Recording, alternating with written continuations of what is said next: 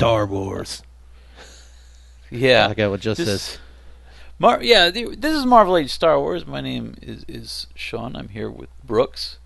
Hey, everybody. We're returning for a very special episode this time. We're going to break away from the Marvel comic book to technically look at a non-Marvel Star Wars, really, because these were not, in the early days, produced by the same teams at all. But these are the newspaper strips. And it's kind of cool. Like, until they just recently found their first official reprint, this strip and the one before it didn't even have canonical titles. Because, as you can see, they just started up straight up saying Star Wars. Yeah, I was reading about that in the Wikipedia, how they reprinted a lot of these, but this particular storyline, for some reason, didn't get reprinted until, I guess, very recently. Until very recently, like the last couple of years. It's weird. Why would they do that? For a lot of reasons. The biggest reason, I think, was just that there wasn't a good reprint of the strips as strips until just recently. Like the ones that I was talking about before, the Russ Cochran reprints were like a special 3-volume set that they only made like 2,500 of. And those only covered the run of the comic strip that was done by Archie Goodwin and Al Williamson. So that was much later on. It completely ignored the Russ Manning run, which is what these are. And then later on, Dark Horse started doing reprints where they converted them into comic book format. Oh, that drives me nuts. It's fun, but they could have used this format and just turned it sideways. It'd be annoying to read. Oh, I hate that. Yeah, but at least the panels would stay in the same orientation. I don't mind, and in the case of some of the ones that they did, they were really neat because they got Al Williamson for theirs, and he actually did some additional artwork to flesh it out into comic book format. So it's kind of cool as its own thing because it's something that you get a little bit more of. Yeah, it drives the completist in me crazy because like I want to see it the way it was. You know, people are always mucking stuff up in movies and music and now comics, Just give me what I saw when I was a kid. That's what I want. That's part of how these slipped through the cracks. This, and when Russ Manning first started doing the strip, he did 2 separate storylines. One for the daily strip and one for the Sundays. The Sundays followed the adventures of Han and Chewie and for some reason the droids. And then... And in the dailies, it was Luke and Leia, and I think also the droids. Like, I don't think that they were concurrent storylines. They just happened to be separate things with mostly different characters. But Luke and Leia were off going to like a casino planet or something, and that was the daily strip. When Dark Horse was just reprinting everything, they did do, I think they called it the early adventures or whatever. But they chose to skip the first 2 storylines that were just Han and Chewie that had been in the original Sundays, and just started with the first story from the dailies that started with Luke and Leia, and those eventually after these first 2 storylines, the next time a major storyline started with the daily, it overtook the Sundays, and then one storyline went through every day of the week. So that just sort of left these 2 out, where this one and the one that comes before it, which is called the Kashyyyk affair,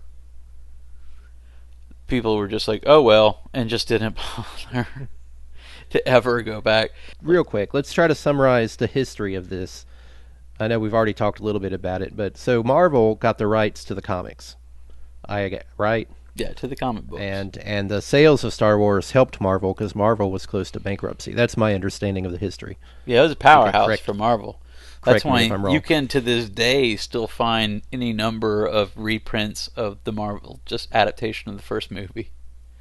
Yeah, I think they had over 1 million printed back then, including the reprints. In every potential format. Like, I can show you when we get into this at some point if we start looking. I have one of the Treasury Edition formats, which are the big books. Yeah. But there must have been 3 or 4 different Treasury Editions, like different covers. They were I can think of definitely at least cashing 2. in. And then they made a mass market paperback, which was in black and white, and it was mass market paperback size, obviously. But they didn't reformat anything; they just shrunk it. So Yeah. you can barely read it. Like later on, they would do some mass market paperbacks, and they would move the panels around, so you'd have like 3 panels to a page or whatever, and it'd be a novel width by the time they were done with that because it took up more pages. And they actually did those in color, but that first one, which is a total cash grab because they did just shrink it down, publish it in black and white to keep the costs down. I have that one. It's a collector's item. I think that one because those are a little harder to come by. But A lot of people didn't keep those. But Well, so how did these daily strips and Sunday strips, how did they come about? Because they're not made by Marvel. No, it's not that different than how they handle it today. It was just a small operation. They basically created an imprint within Lucasfilm or within the Star Wars Corporation, I think at that point, called Black Falcon. And their whole deal was for what it was at the time, the expanded universe, like how they would I don't know that they were all merchandising properties or just story related merchandising. But they would go out and get these other deals started, and the comic strip was one of them. And that didn't compete with Marvel, I guess. And No, because they were running the newspaper. There was I just there think was that's no strange, world where they were being reprinted in a book of any kind. yeah, it's just weird because it's still comics. I think that's weird, but it's cool. So obviously these stories have no continuity with the Marvel stories. No, I mean they don't. He, at least in the beginning, Manning does have some of his own characters and was building to some of his own stories, but those don't fully come to fruition because he didn't write the strips for. I want to say 3 full storylines is what he wrote, and then he went on and did the art for a while after that, but it was other writers. Because unfortunately, Lucasfilm, and Lucas in particular, they really wanted Al Williamson, who's amazing. And he has done some of the strips, and a couple of... He did the adaptation of Empire Strikes Back and Return of the Jedi. The artwork. And he had done some... I think in the 60s, they did like a Flash Gordon revival, and he did the artwork for that, and it's just awesome. All of his stuff is so creative and awesome in the way that he creates these space fantasy worlds. And his style was real similar to Alex Raymond, who originally did Flash Gordon. But something happened, and he wasn't able to do it. And I don't remember what the circumstances of that were.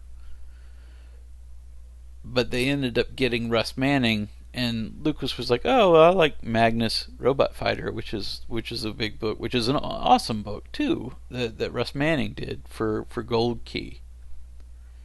And they're like, "That'd be fun." But after the first couple of storylines, I think they just really didn't click with his style of storytelling for Star Wars. And then after that, Russ Manning kind of just dropped out from the writing, and they got other writers, and he just drew it for a little bit longer until they finally ended up getting Archie Goodwin and Al Williamson.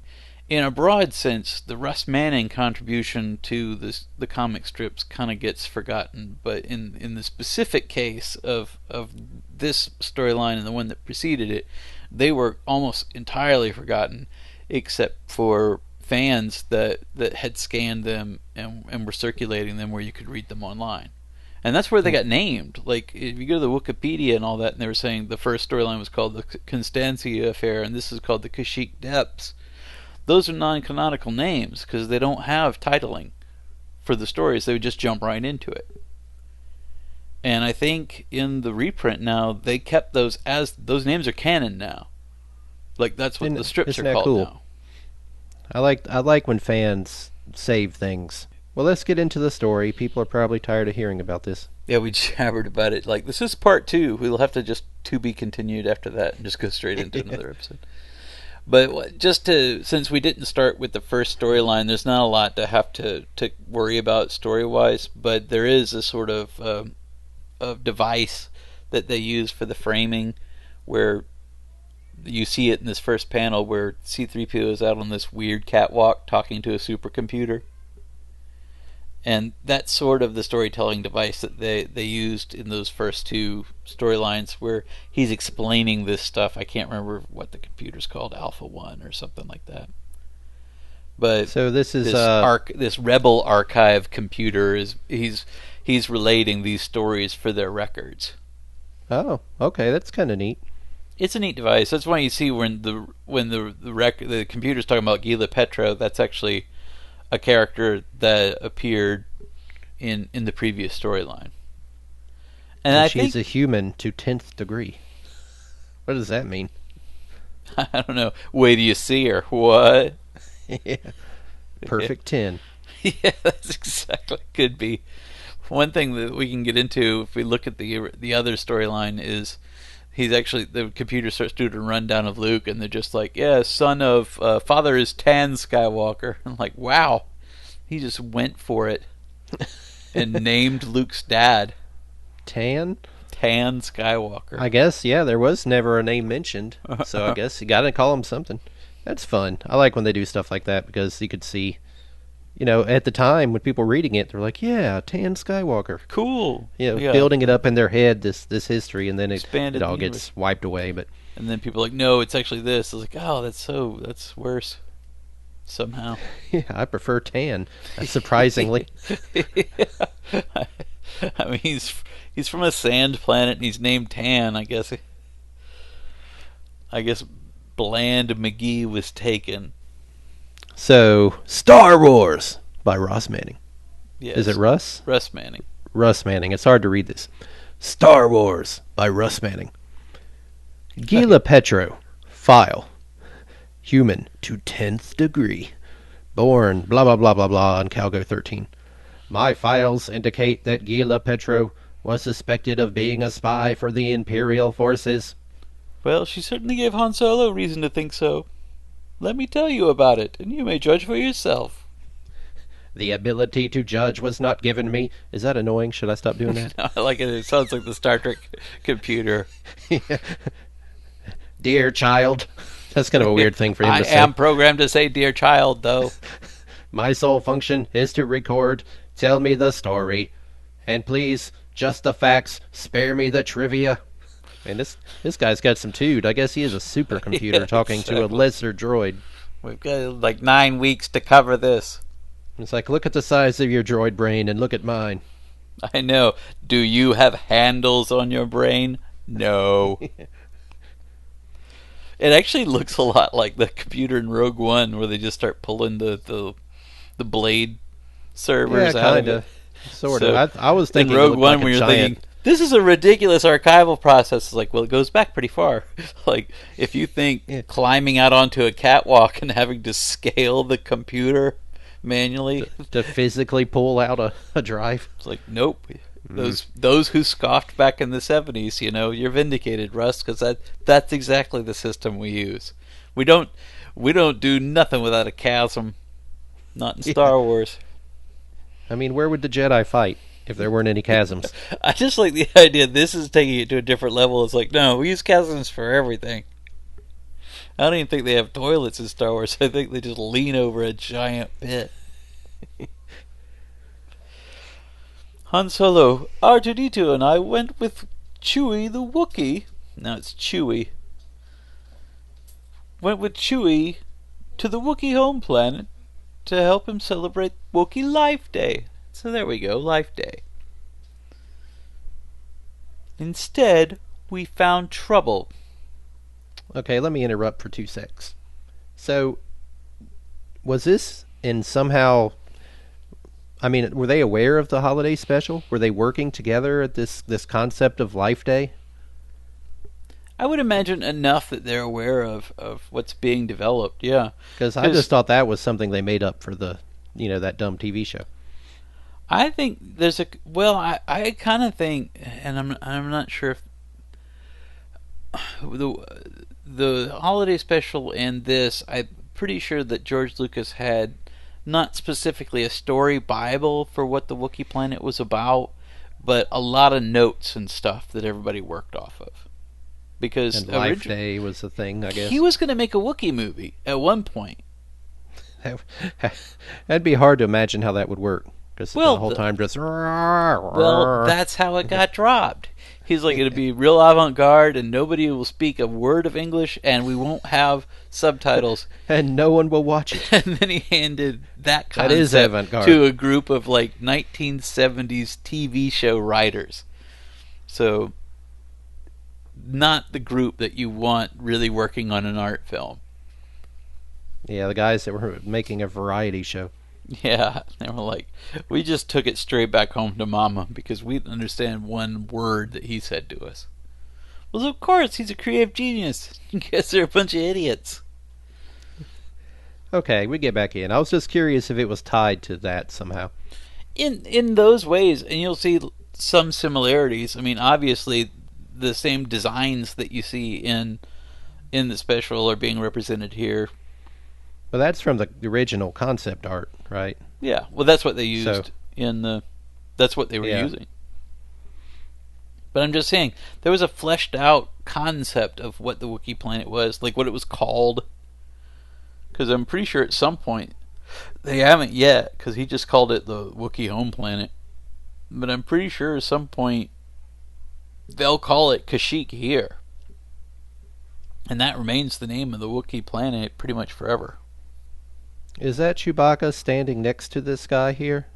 No, but he does look just like him. He's like, Well, come on, he has a bandolier. with a fanny With pack. the pouch. Yeah. But I like how they make Chewbacca redder, though, if you look at him, because he's standing over there with Han in the background, and he's already mad. Oh, yeah, there he is. Duh.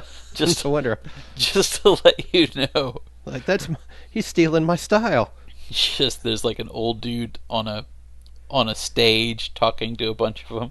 Just, That guy with the bandelier's biting my fashion, man. relax, Chewie. It may not be as bad as it sounds. They're canceling Life Day, Master Han? You heard their elder, 3PO. He's forbidding the Wookiees to go to the lower levels of the forest to look for their Org roots. They need that for their ceremonies. And the crowd doesn't like it. Chewie, no! Arg is actually a very common... That's not Wookiee talk. Yeah. That's just comic book angry talk.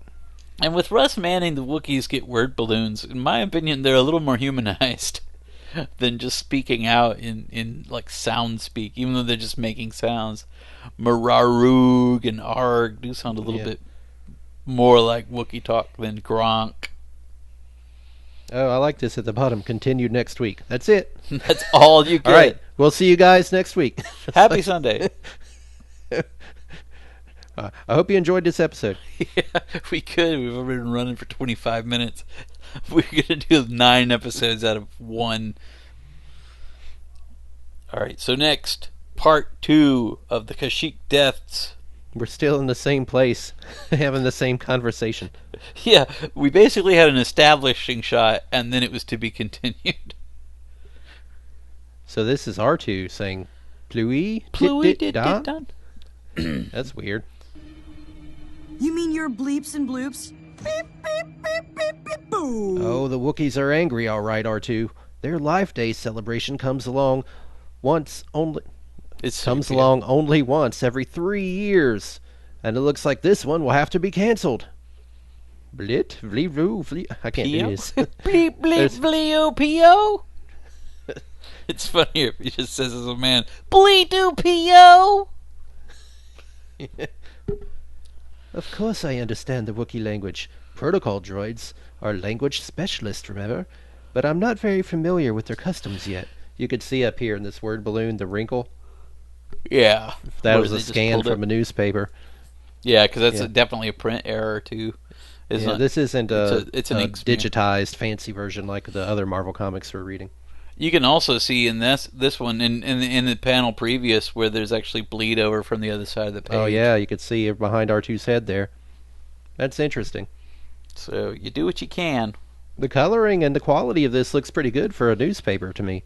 I actually really love the colors that Russ Manning uses here too. Look how the gold on 3PO's head, how clean that is. You know what I mean? For a newsprint. And when he's standing there talking to that rebel computer, it's just the colors there. It just really pop. Like I could take that as an art print and put it on my wall and be happy. But I'm not very familiar with their customs yet. Chewie, no! Come back here! Don't argue with Nararu! I don't understand, Master Han.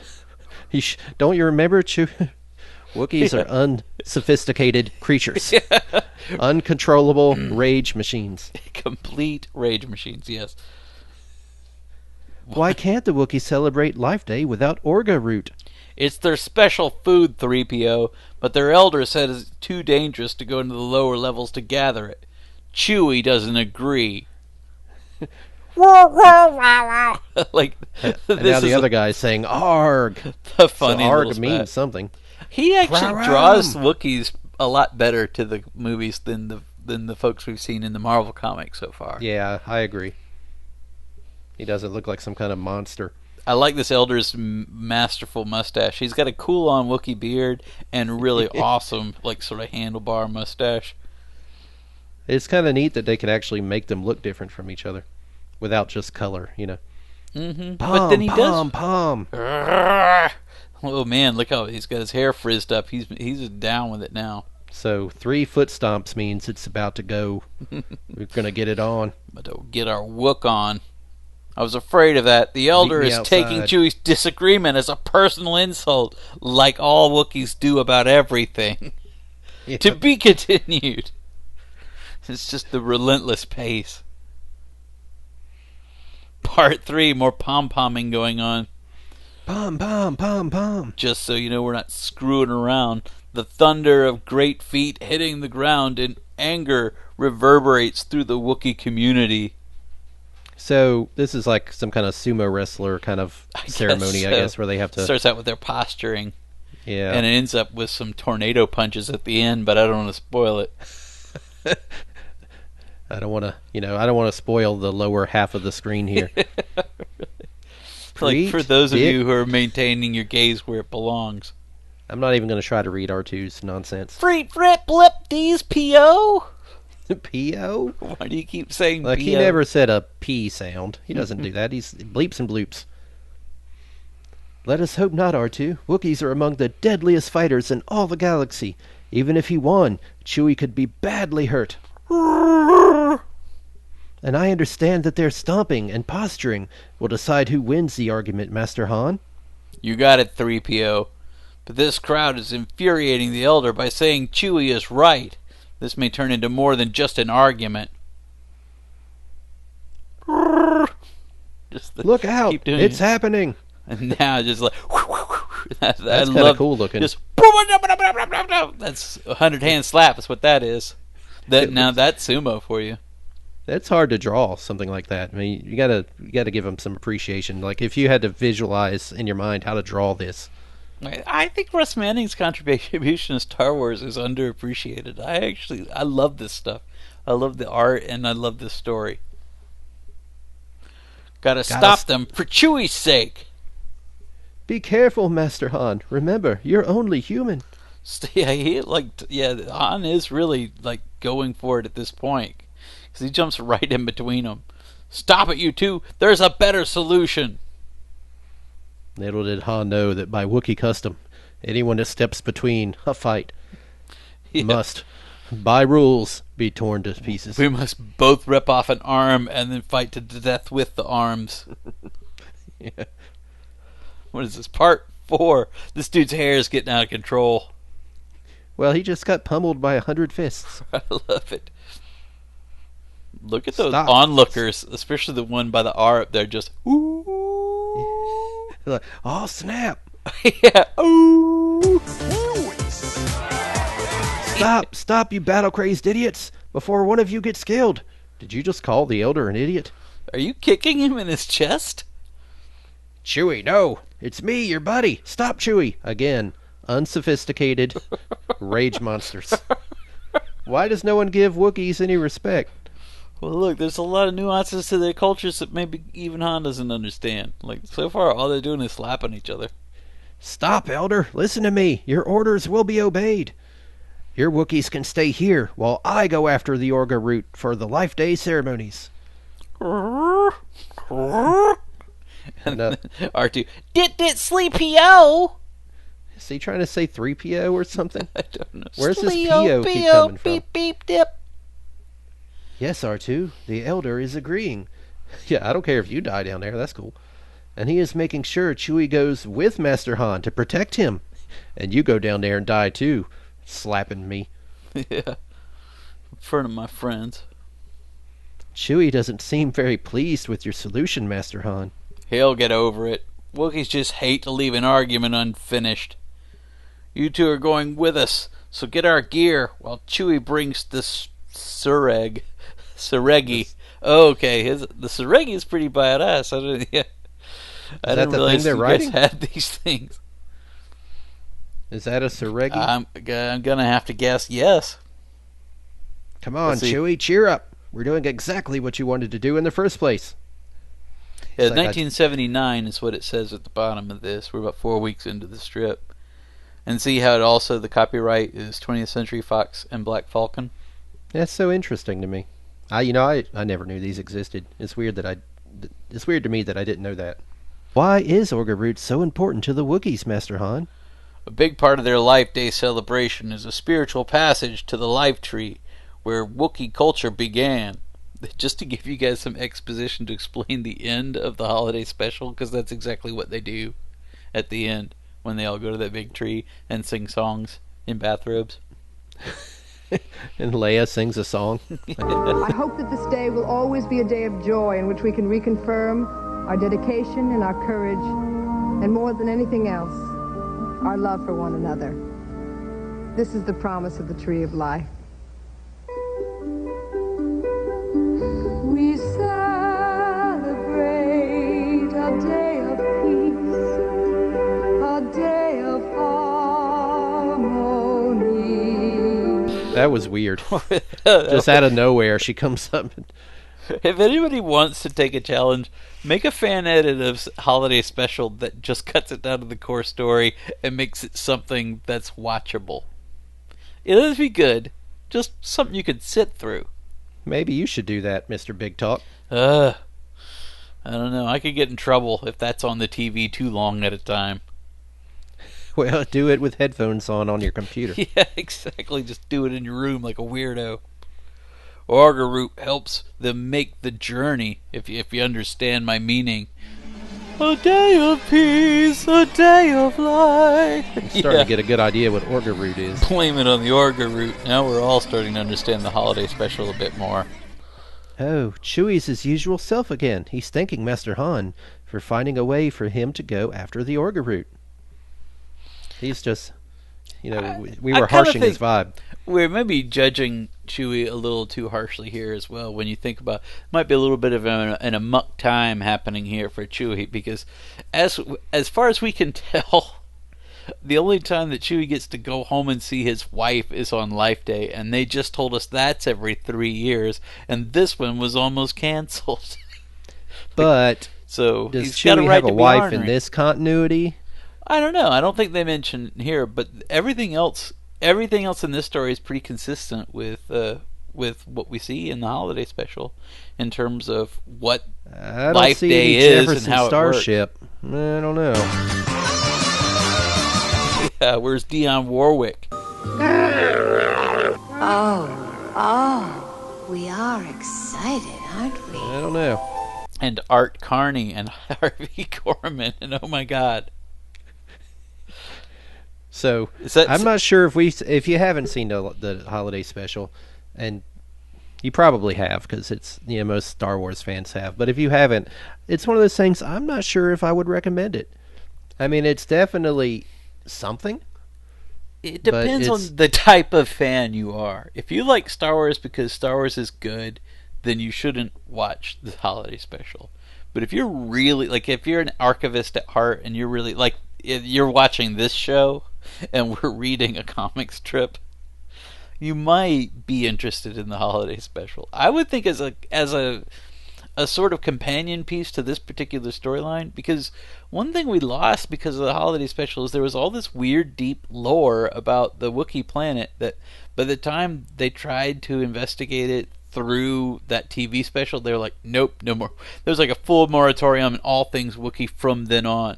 They were even cut from the movies. It's like, we'll just do Ewoks in part 3, but no one can go back to the Wookiee planet for any reason ever because of that debacle. I mean, how bad can it be? It's bad. Yeah. We salted the earth after that. It's a fascinating thing because it's a variety show. Somehow using Star Wars as a theme. It's so weird. It represents the moment in time in a way that nothing else could properly explain. Relax, R2. I'm guessing he's doing that. Sereg? How do you say it? Seregis? Seregis never fall.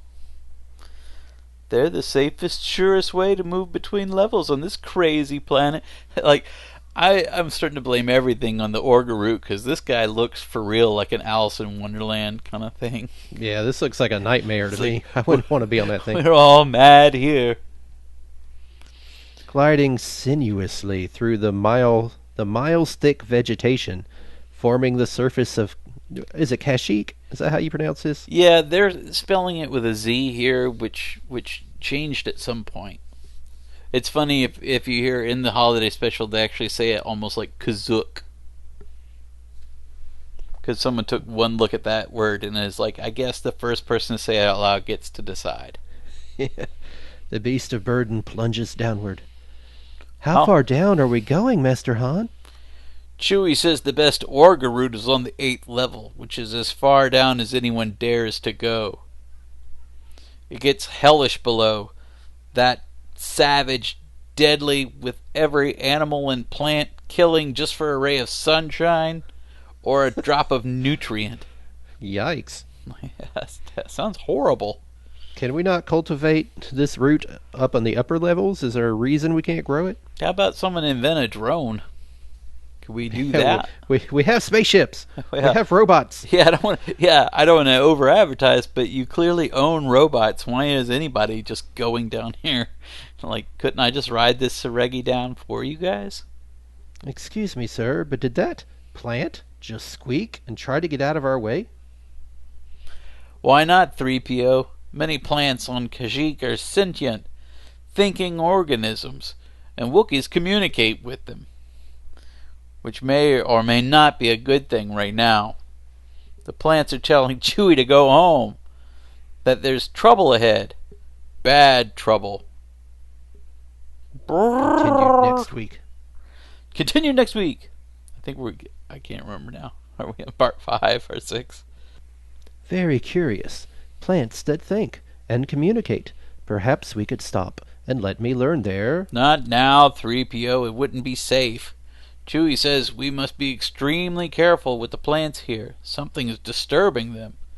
And these bugs are disturbing me. Time for the bug repeller. See how that entire exchange isn't necessary to the story? Yeah, well, it's necessary to explain why he's wearing that weird contraption. I guess. Like, what is that thing? Time for my portable shower. It's good we have this. Be very careful, you two. Don't crush any vegetation. The plants on this level are angry enough to explode. Bleat, deet, dit, dit. Master Han, R2 says lasers are being used just ahead. There's the trouble. Imperial stormtroopers using laser saws to whack through their plants. Move it, you huffs. Huffs? I don't know. I like how Get that trail cut. They're not wearing helmets. That's pretty cool. They look like dreadnoks. Look, one guy's got like mohawk. a mohawk or something. I like one of them. Yeah, one of them's a person of color. That's progressive. Yeah, it's neat. I don't understand why Imperials are on this dangerous level of. Are they after Orga Route 2? I'm assuming they'll say. Okay, is this that girl, Petra? Yeah, Gila Petro, I think. Listen to those plants, Captain. You must be hurting them. Can't you find some other way? Get back with the rest of you posy-picking scientists, Petro. My orders are to see that you people find that blasted Wookiee route No crying vine or weed is going to stop us. The plants are about to strike back. You've got to stop them, Chewie, or there'll be a massacre of the humans. See, Well, let them massacre their stormtroopers. Just in case the top got cropped off, it just says bug pack. Yeah. What is that thing on his head? Oh, it's bug pack. Okay. Good. It was bothering me, but now I understand what a bug pack is. Get that blasted trail cut. No whining, blubbering vines are going to stop. Yeah, Captain, the plants. That's another Wilhelm scream right there. Yeah, that's Wilhelm if ever I saw a place for a Wilhelm. In fact, right. that might be Wilhelm. Yeah, that's Officer Wilhelm at your service. Would the plants attack us, Chewie? We've got to warn those people or they've had it. Why are you warning Imperial troopers? I know. Why are you species? In any other, he's mercilessly shot them before. Yeah, why are you just taking cheered when the TIE fighters exploded. I love this panel, by the way. Look at this action. Oh my god. This is brutal. Hurt beyond endurance. Their pleas unheeded. The sentient plants of Kashyyyk suddenly erupt in anger. Sawtooth vines reach out in snaking coils to rip and tear. Unripe seed pods filled with corrosive acid and flung with deadly accuracy. Muscular, tough petals that normally compete only for sunbeams now become grasping, smothering tentacles. This is a little Evil Dead stuff going on. Mm-hmm. I don't care what happens to those troopers. They asked for it, but the scientists haven't harmed a thing. Maybe I can help them get away from... Hey, watch it! Chewie, tell these things I'm a friend. I'm just looking at the Seregi right now. He doesn't look very engaged. Laser saws and armor are meaningless against the fury of the thinking plants of Kashyyyk. Okay. So the plants are only giving the troopers what the Imperial fools deserve. But if we can help those other people... Tell these feisty flowers to get out of my way, Chewie. Some of those people are innocent of harming the plants. Ah! Yeah, I see what he's worried about. Yeah. I'm gonna save that ass, Chewie. I'm starting to understand why Han's so concerned. Han's more noble now than he was in the comic, though. He was a full-on creep in the comic. I see her, Chewie. Oh, I see her. One of the scientists is trying to leave the party. Easy, girl. I'm friendly. Call off these plants, Chewie. This female wasn't harming them. They're obeying the Wookiee? Did it order the forest to attack us? Of course not. These plants think for themselves. Oh, I tried to stop that stupid captain. What about my people, the scientists? I don't know who you are or what you're doing here in this supposedly unexplored wilderness, but I'll be eternally grateful for you for saving my life. I'm Han Solo. Here, take this bug pack. I've got another one on the Seregi. She was wearing one before, I think. I guess we could go back and look. It's no big deal, but maybe it got torn off along with a lot of her clothing here. Yeah, the plants. Yeah, you called it on that Evil Dead. Yeah, they know what's up. They got real grabby. Thank you, Han. I'm Gila Petro. I'm Gila Petro, New World's biologist. It's kind of weird character for him to invent in Star Wars. Like, we need a biologist. I'll give him that's something that should exist. Like, we can't all be princesses and pirates. Yeah. Are the other members of my staff all right? The troopers and your scientists are all dead, Gila. The plants have taken their revenge. We didn't know. No one told us the plants can feel and suffer. We were just trying to find those special roots the Wookiees use. Orga roots? There. Those plants you were slashing through are Orgas. They're fiercely protective of their roots, as you found out. But the Wookiees, the Orgas, have an understanding. They're giving Chewie some of the older roots. Free did. Come well, on, R2. Then you get your foot off my thorax, you clumsy bucket of bolts. You have a thorax? I guess so. Oh, look, Yeah. they're celebrating. Really Everyone's quickly. seeing the colors and the lights. It has a kind of wrap it up vibe to it. I feel like somebody said, "What do you got?" Like, I got up to they're riding the centipede again. It's like, just draw some fireworks. Let's get out of here. You still haven't explained why my files indicate Gila Petro may have been an Imperial spy. Oh, that came up later, which it doesn't. When the Empire captured Master Han and forced him to go down into the lowest, foulest level of Kashyyyk. But I'm reminded of a strange occurrence on Tatooine. I'll make that report first. This is the most heartbreaking part of this, because this is the end of this story. Oh, so we don't see Han go back to Kashyyyk? He teases it like that's going to happen. And after this is when Russ Manning leaves and they bring in Steve Gerber, and Steve Gerber does the Tatooine storyline that they're teasing here. I wish I knew. Is Russ Manning still alive? No, I think he died in the 80s. So who here knows how to hold a seance? Just for that. Just, who has disturbed my eternal rest? How did the Kazhyyyk storyline end? Like, what? Who is this? Prank call. Yeah, wait, what? What would you learn of the wisdom I have gained? So when Han was forced to go back to Kashyyyk, Yeah, was Petro a spy? we would like to give you the opportunity to finish your great unfinished work. The Kazhyyyk storyline. I don't really remember much about that time. A lot of Orga getting passed around. The art is great. I like it. Yeah, I love it all, and I love that this was, when I was a kid, the idea of the Wookiee planet was really interesting to me because you didn't get to know much about what was going on with Chewie. So in the holiday special, you get to see Chewie on his own planet, and that, it's weird, but when I was a kid, I was excited to see it. And I had a kid's book at the time called The Wookiee Storybook, which was very similar to this story, except it had Chewie's family in it. And in that story, Lumpy decides to go down into the lower levels to find something very similar to this story, in that it's to find some ceremonial something or whatever, and he gets lost, and Chewbacca and Han have to come back and help him and find him and whatever.